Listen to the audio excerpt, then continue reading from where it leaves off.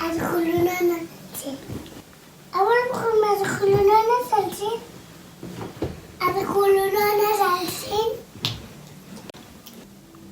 الرحمن علم القرآن خلق الإنسان علمه البيان الشمس والقمر والأسفار والنجم والشجر يسجدان والسماء ووضع الميزان ألا تطغوا في الميزان وأقيموا الرحمن علم القرآن خلق الإنسان علمه البيان الشمس والقمر والأسفار والنجم والشجر يسجدان والسماء ووضع الميزان ألا تطغوا في الميزان وأقيموا الوقت.